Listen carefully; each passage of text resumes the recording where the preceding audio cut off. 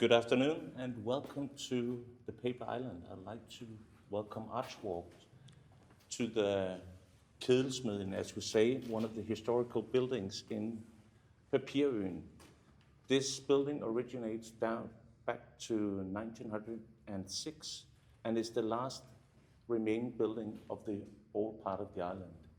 Everything has been transformed now into modern housing, and also with a twist of the old warehouses in the surrounding locations. The history of the island dates back to 1696, where there was a couple of brothers which were given the permission to raise a small shipyard in the inner harbor of Copenhagen, mainly to provide small repair jobs to ships sailing into and down to Børsen, where a lot of trading was going on at that point in time.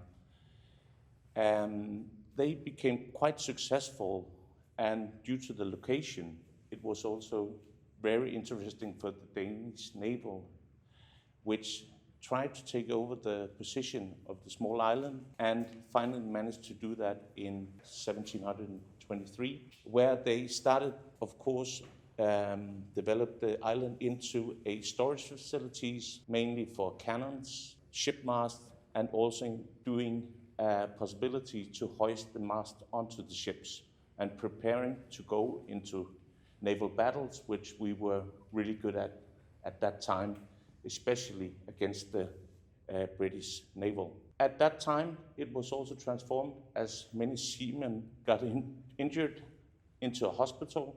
So we have many things happening at that given time in history. It was transformed later into storage facilities when the progression of the more modernized Copenhagen was established, where they had storage of building supply materials, so on, as the Copenhagen was being developed into a bigger and more modern city.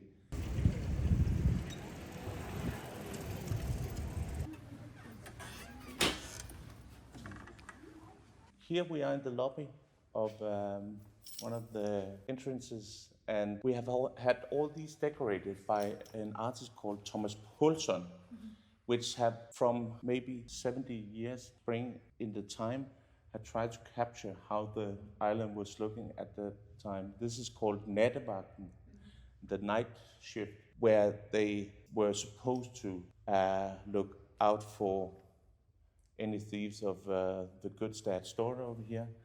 And the story is like when the sailors were having the night shift, it was mainly drinking and just having a good time. So that we try to reflect here, as when they did the excavation out here, they found a lot of bottles and so on stored here. The chairs is made of concrete, as we are not allowed to have anything you can move around in these to prevent in case of fire, and they could block the exits and so on. So they actually weigh 825 kilo each. And I know that because I was here when we tried to get them in. We had to buy a small crane to get them fixed. One thing is the sign chair, which has been pressed into a concrete form, and I think it's called the Tulip. And it's made by a Norwegian company. And I remember the day he made the delivery, because he called me and said, I got 16 chairs for you on my lorry. And I said, yeah, but you can just put them in. No, he said, I'm just going to leave them out here. They are, as I said, 825 kilo each, so you have to deal with them. So we did, and now they're here. And then I would like to welcome you to visit one of our apartments. This is part of the old foundation.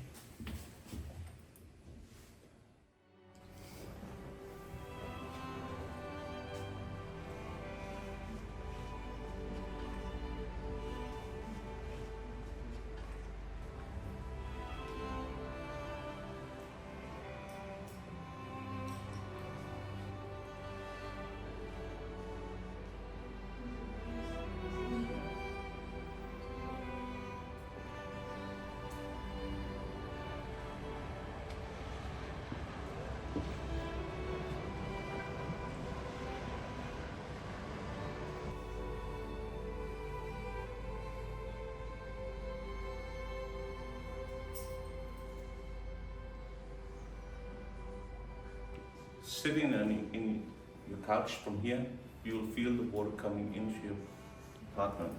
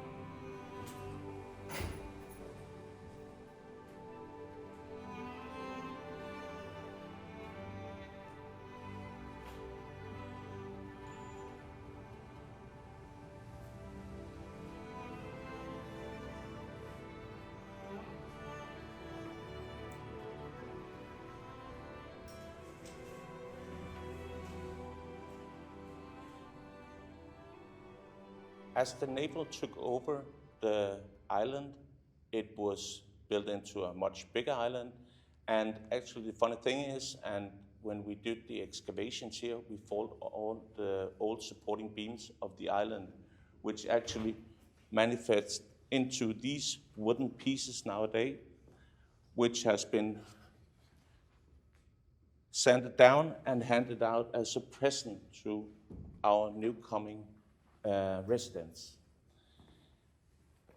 Throughout the 1700s, they used it for storage of anchors, cannons, whatever you find on ships, and also a military hospital, which was quite useful as we came into many sea battles at that given time with the British, our surrounding neighbors. There were a lot of action going on. Throughout the time, it also had the disadvantage of being a small island in the middle of the city center, as some of our enemies had the availability to get all the way in, and in the 1800s also steal all our equipment and the ships. But then they established that might be not the best solution to store all your equipment in the city center.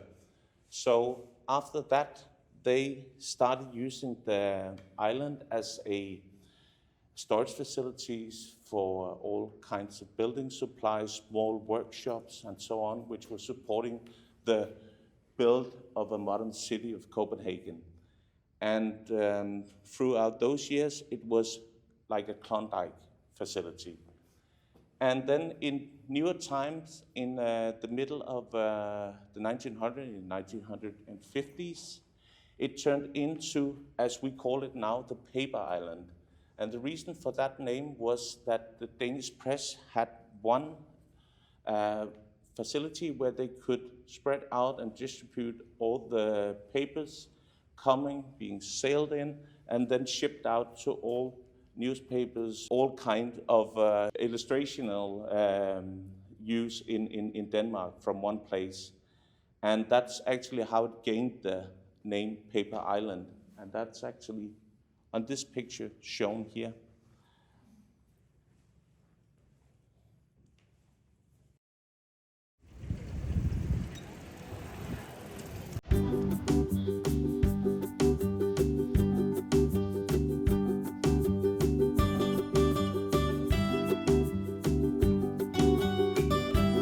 And this is one of the old pillars which were the supporting foundation of the island.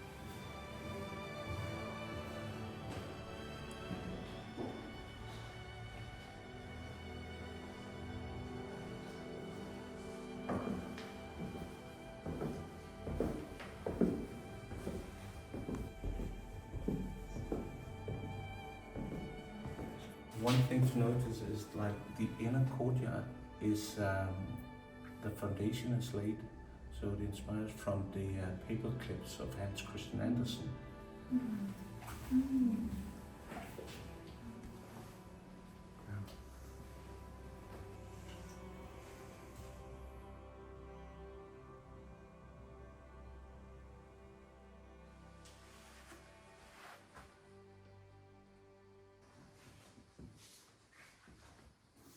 And this is a really dramatic illustration, and it's named The British Attack on Copenhagen.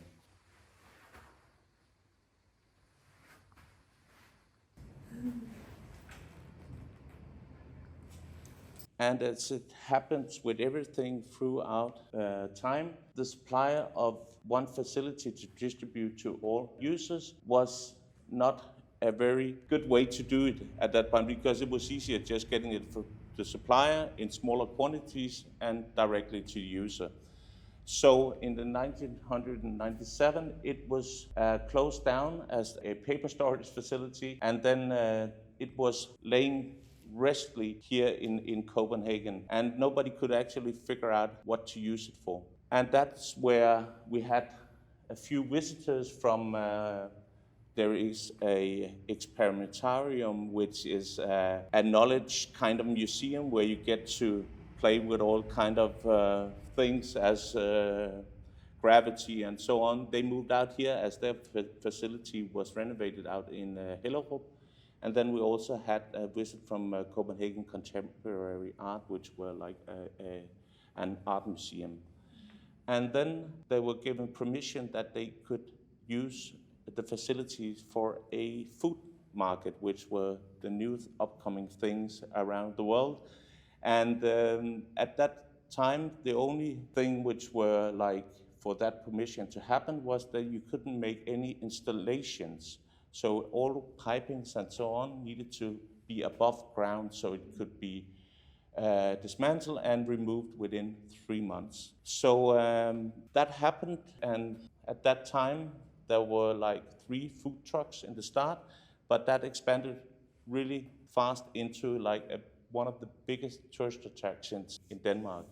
Actually, I think it was the second most visited, and it gained a lot of popularity amongst the Copenhageners. It was a devastating news when it was suggested that there was allowed to be housing out here, and there were like more or less burning tree forks and so around, and people were really against it. But we are really happy now that people taking really, what would you say, inspiration in the new coming paper island, which is also our main is to try to not make the food market, but also be an inviting new part of Copenhagen, which is also done that all of our housing is in the 2nd floor, so all in the ground level of the island will be public accessible.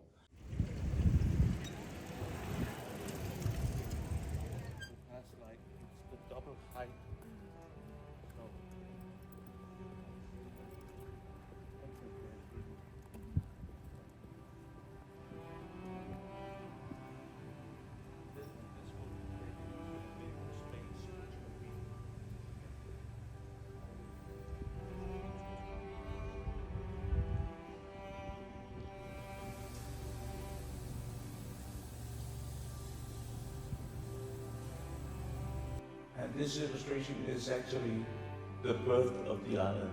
So it's actually the first one in the row. As you see the small tip.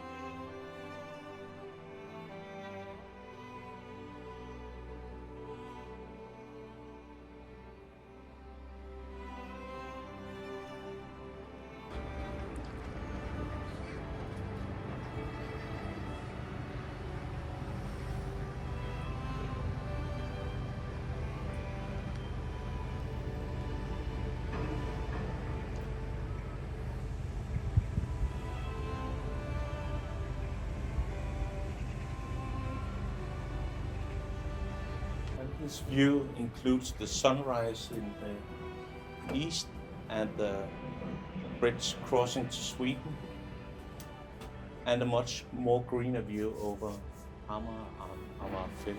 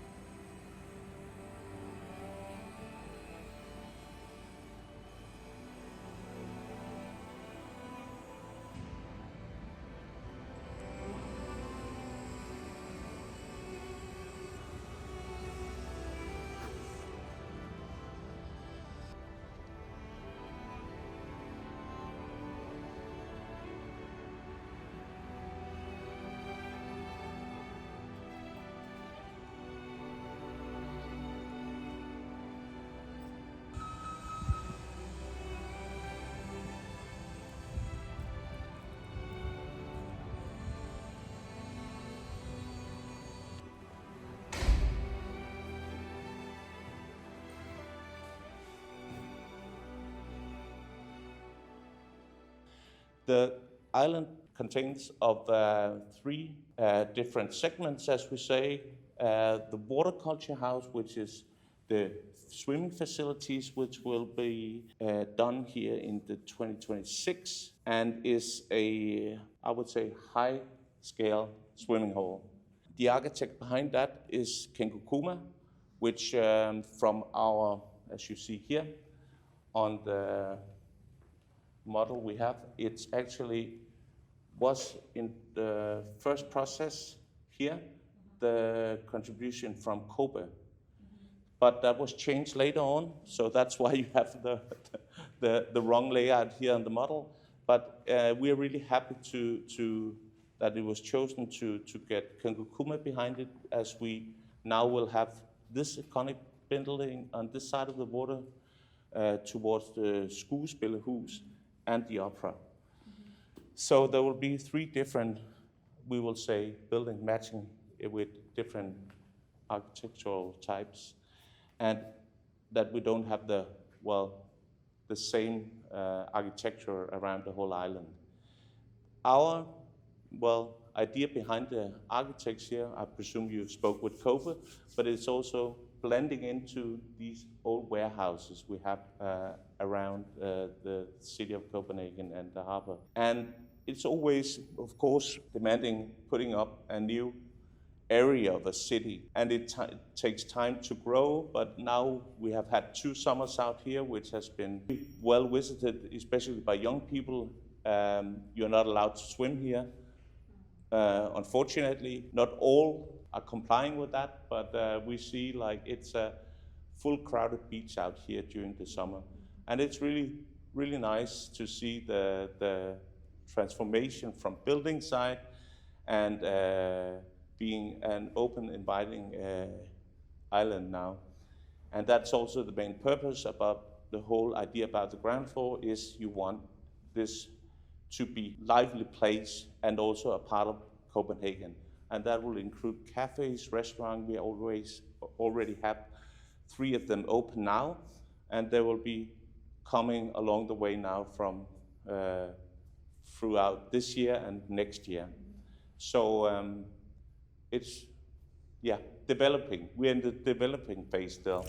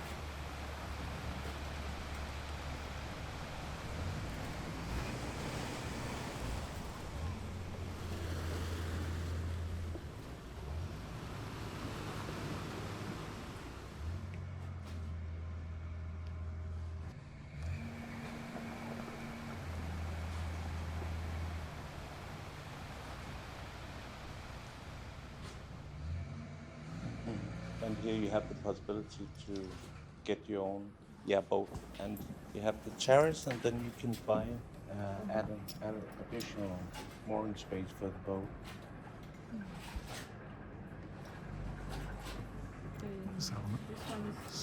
This is actually a meeting room we allowed the hotel to have here, but it was also just a way to showcase how you can use the space out here, which you're also allowed to do as a resident. So this is temporary, but just to create.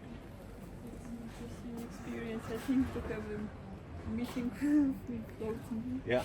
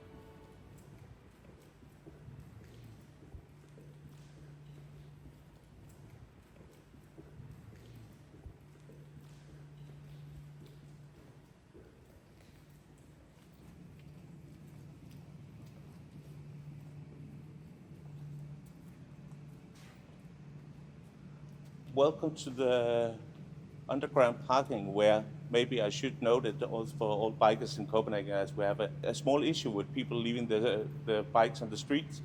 We have 1,472 bike racks. And we also made it quite interesting and inviting going down here, as Jakob Tolstrup, an artist, have painted this nice wall painting, and also from the old Papirøen sign.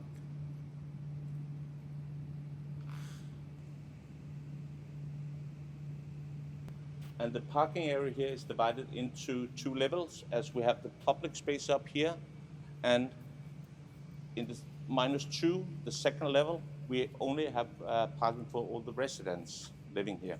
The bikes here are for the public to use, as we expect a lot of visitors, even especially when we have the swimming hall, water culture center. It has many names, but the issue is getting people, lure people down here, because the issue is like people tend to leave the bikes where else leave them. It's like when you put one bike, then you'll have 100. That's why we try to be on top of it by using this. But I can tell you, I think we had the whole street filled with bikes in the summer here when people are coming to visit. So if any had a really good idea how we're gonna drag people down here, that would be awesome. And then we here have Michael Ahlefeldt, which is an artist which had made these in, they are neon bended, and tried to make it a bit more lively down here, and also being a contrast to the gray beton, as you see, but also just create an atmosphere down here. And we have them throughout the island here in the place where you go down to the parking area, and something to catch your eye. Yeah.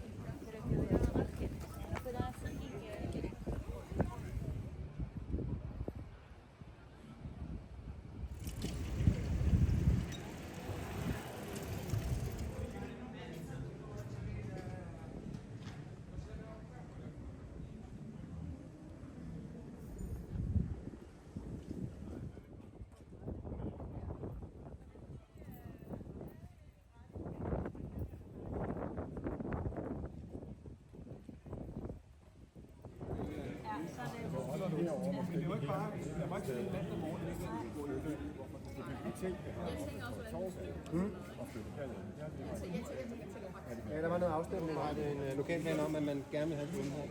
Eller det var det, man helst ville have. Det var det, man stemte lidt.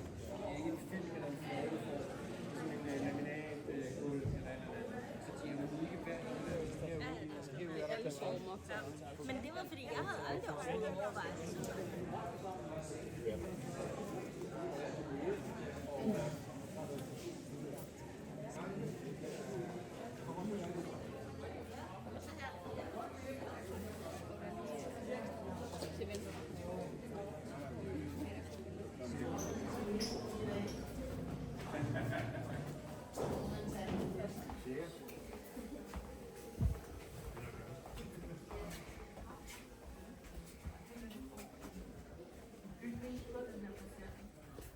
Og så er der også en økonomi, som er noget højere, end hvad vi normalt bruger.